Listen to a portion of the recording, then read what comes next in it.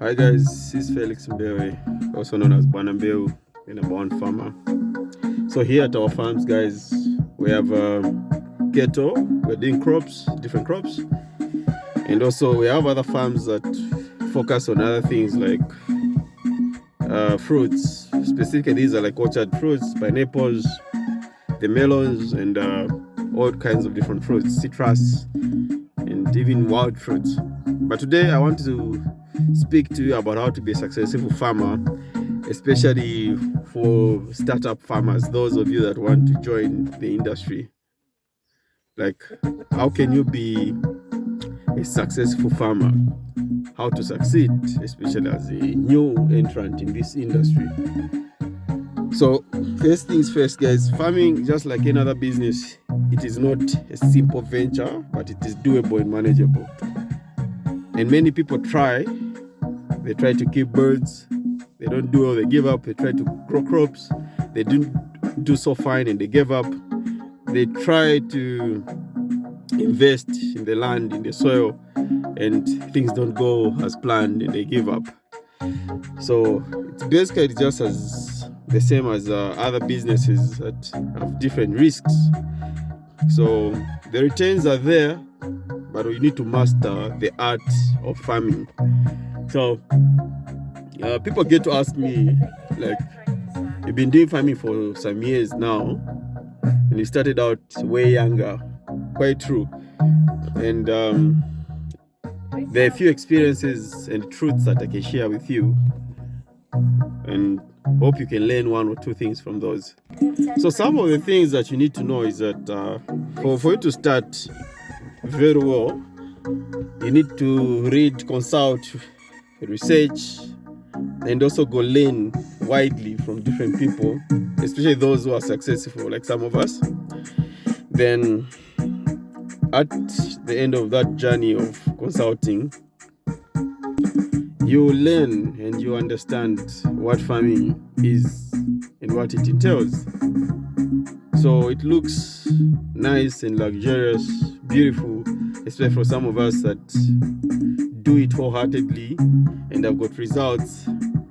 So you might think it's one of those easy things. Of course it is, but it requires a dedication and a commitment. It demands your time, demands your attention, demands your resources. It demands practically a lot or everything about you. You have to work beyond holidays. You have to work beyond the normal working times. And you have to be ready to lose, to take the risks. And I think that's the biggest fear most of you have, because, for instance, if you rely on rain-fed, you'll be facing a challenge of not being so sure when the rains will start, stop, or continue. If you have infestations from pests and all kinds of diseases that attack your crops. So that aside, you need to be ready, in short, for all those kinds of things. And mentally, it's draining, it's challenging, but the moment you get the hinge of it, it becomes super amazing, and you just, drive through, fly around with it, and go along the waves that it brings as the turbulence of farming. Nonetheless, there's also the market part. People grow things successfully, keep birds successfully, you have all your animals, all your crops, and you don't know where to sell. So there's been also that challenge people overlook. Market becomes an issue. So you have to be ready to do your market research prior to growing your crops or keeping your birds or your animals. And as I said, learn from those who are already doing it, where they're selling and how they're pricing, because there is also, like here in Africa, prices fluctuate. And people, trust me, if farming was that simple and the way it's being preached, would have had a lot of billionaires or millionaire farmers, but they're very few. Not to say it's hard, it's impossible. No. It is easy, it is possible. You can make money, a lot of money.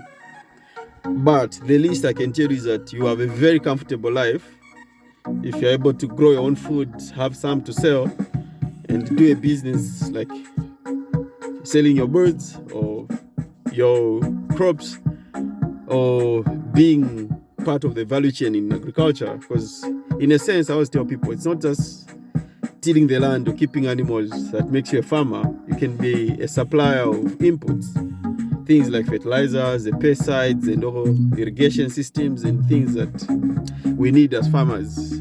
Vaccines. You can provide people with day-old chicks, incubation services, fingerlings. There are all kinds of things that you can do. So remember, you need to get to decide which part of farming do you want to start with or do you want to get into, because there's just so much and you can't do everything.